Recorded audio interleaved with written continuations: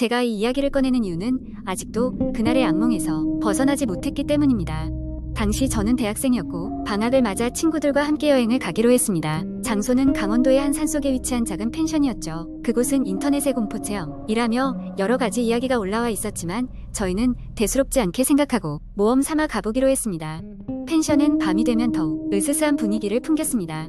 도착한 첫날 밤, 우리는 바비큐를 하며 담소를 나누었고 늦은 시간까지 술을 마셨습니다. 그러다 한 친구가 제안했죠. 여기까지 왔으니 무서운 이야기 한 판 해보자. 다들 동의했고 각자 알고 있는 소름 돋는 이야기를 하나씩 늘어놓기 시작했습니다. 그때였습니다. 유난히 말수가 적던 친구 재현이 평소와 달리 무뚝뚝한 목소리로 입을 열었습니다. 사실 여기에 오기 전에 이상한 꿈을 꿨거든. 재현의 꿈 이야기는 이랬습니다. 그는 한 낯선 집에 갇혀 있었다고 합니다. 그 집은 온통 어두컴컴해서 제대로 앞을 볼 수 없었고 어디선가 물이 뚝뚝 떨어지는 소리가 들려왔습니다. 이상하게도 그는 그 소리를 따라가야만 한다는 생각에 사로잡혔고 좁은 복도를 헤매 다녔다고 합니다. 그러던 중 그는 문득 어떤 방 앞에서 걸음을 멈추었습니다. 그리고 그 방 안에는 재현은 그 이야기를 마무리하지 않은 채 갑자기 입을 다물었습니다. 저희는 모두 그때 느꼈던 싸늘한 기분을 잊을 수 없습니다. 다음 날 우리는 근처 계곡을 산책하기로 했습니다. 공기가 참 맑고 상쾌해서 기분 좋게 걷고 있는데 갑자기 재현이 그 경로를 이탈해 숲속 깊은 곳으로 걸어 들어가기 시작했습니다. 아무리 불러도 대답이 없었기에 다들 뒤따라 가보았습니다. 그렇게 얼마나 걸었을까요? 숲속 한가운데 날뛰날근 오두막 한 채를 발견했습니다. 그리고 그 앞에서 멍하니 서 있는 재현을 발견했죠. 그는 오두막을 바라보며 중얼거리고 있었습니다. 여기가 꿈에 나왔던 곳이야. 우리는 그곳에서 빨리 떠나고 싶었지만 호기심이 저희를 그 오두막 안으로 이끌었습니다. 문을 열고 들어간 순간 온몸에 소름이 끼치는 것을 느꼈습니다. 그곳은 분명 재현이 묘사한 꿈의 집과 같았습니다. 어두컴컴한 내부와 물이 떨어지는 소리까지. 당황한 우리는 되돌아가자고 했지만 재현은 계속해서 그 집을 탐색하려 했습니다.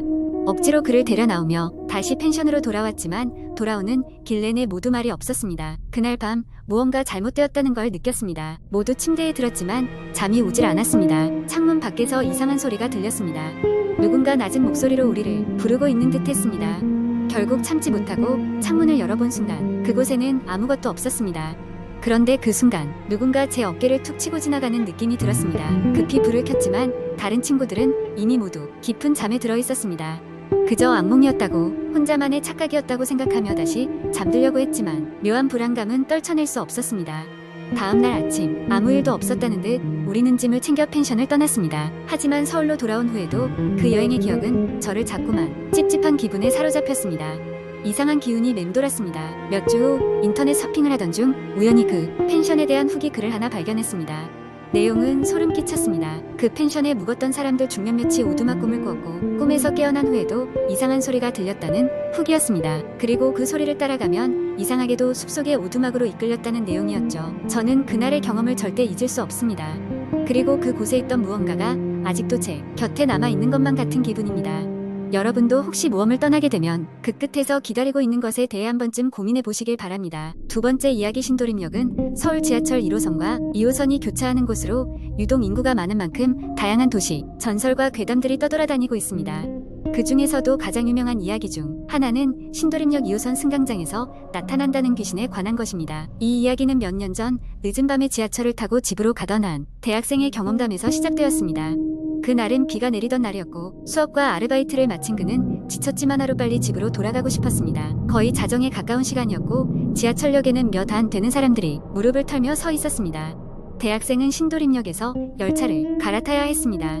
환승 통로를 걸으며 그는 주위를 둘러보았고 평소보다 훨씬 적은 사람들이 승강장에 머무르고 있는 것을 눈치챘습니다. 비가 오는 날씨와 늦은 시간 때문인지 분위기는 쓸쓸하고 무서웠습니다. 승강장 끝쪽에는 몇 사람이 무리지어 서 있었고 중간쯤에 쓰레기통 옆에는 한 여자가 앉아있는 것이 보였습니다. 그녀는 긴 머리를 늘어뜨리고 있었고 희미한 조명 아래에서도 머릿결이 냉담하게 빛나고 있었습니다. 대학생은 큰 신경을 쓰지 않으려 했지만 계속해서 그녀가 눈에 띄었습니다. 그녀는 고개를 푹 숙인 채 아무런 움직임도 없었습니다. 그 모습은 마치 시간이 멈춘 듯이 정적이었습니다. 곧 열차가 도착할 시간이 되었고 대학생은 조금 더 밝고 사람들로 붐비는 쪽으로 한 발짝 옮겼습니다. 그러던 순간 귓가에 바람이 스치듯이 났고 쓸쓸한 소리가 들렸습니다. 거기 잊지 마세요. 순간 파르르 몸이 떨렸습니다. 분명히 들렸지만 주변을 둘러봐도 아무도 그에게 말을 건넨 사람은 없었습니다. 열차가 들어오는 소리가 멀리서 음악처럼 들렸고 그는 얼른 머리를 숙이고 열차를 기다렸습니다. 그때 다시 한번 그 소리가 들렸습니다. 저기 봐요. 그는 고개를 들 수밖에 없었습니다. 열차가 들어오고 있었고 그때 쓰레기통 옆에 앉아 있던 여자와 눈이 마주쳤습니다. 그녀의 눈은 깊은 어둠 속으로 빨려 들어가는 듯 무한한 공허만을 담고 있었습니다. 대학생은 끔찍한 공포에 사로잡히고 말았습니다. 열차가 가까워지며 그녀는 입가를 열어 무언가를 중얼거렸습니다. 그러나 아무 소리도 그에게 닿지 않았습니다. 그저 그녀의 입술만이 움직일 뿐이었습니다. 열차가 승강장에 멈추고 문이 열리자 대학생은 급히 열차 안으로 몸을 날렸습니다. 그때까지도 그녀의 눈빛이 그를 따라오는 듯한 느낌을 받았습니다. 열차가 출발하면서 안도의 한숨을 내쉬었지만 머릿속에서는 계속해서 그녀의 얼굴이 맴돌았습니다. 그는 그날 밤 잠들 수가 없었습니다. 창문 너머로 비가 내리고 바람 소리가 귀가에 들려왔지만 무엇보다 그 정적 속에서 들려온 거기 잊지 마세요.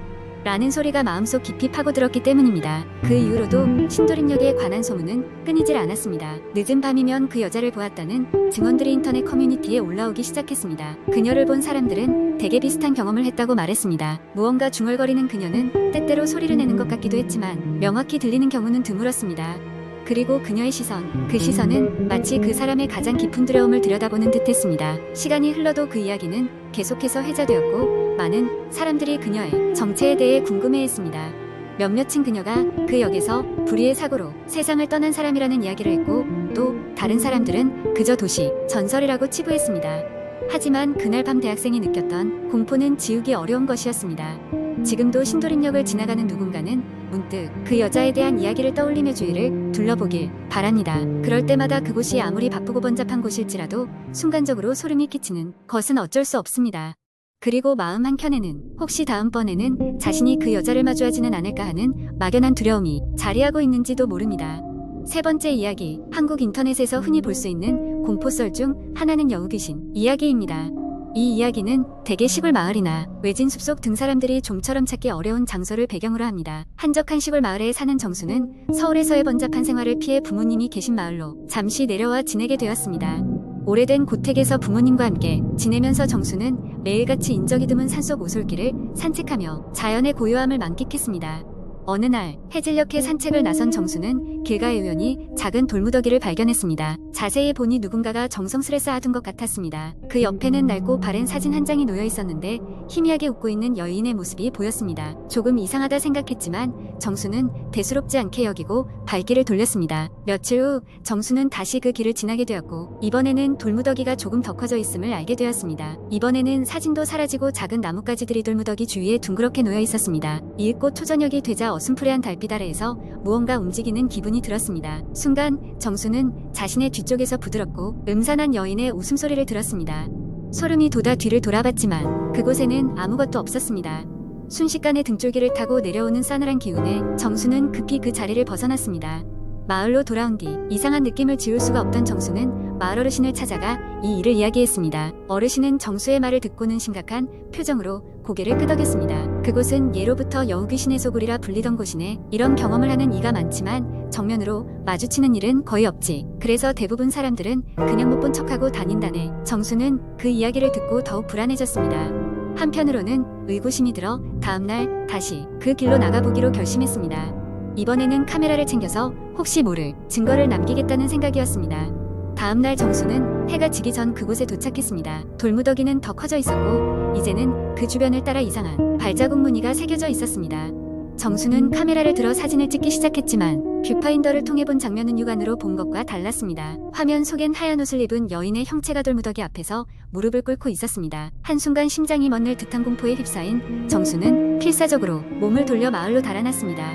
뒤돌아보지 않으려 했으나 귀에는 다시 그 여인의 웃음소리가 들려왔습니다. 그날 밤 정수는 잠을 이루지 못하고 흐릿한 불면 속에서 다시 귀신의 웃음소리를 들었습니다. 그 후로도 정수는 한동안 그 길을 이용하지 않았습니다.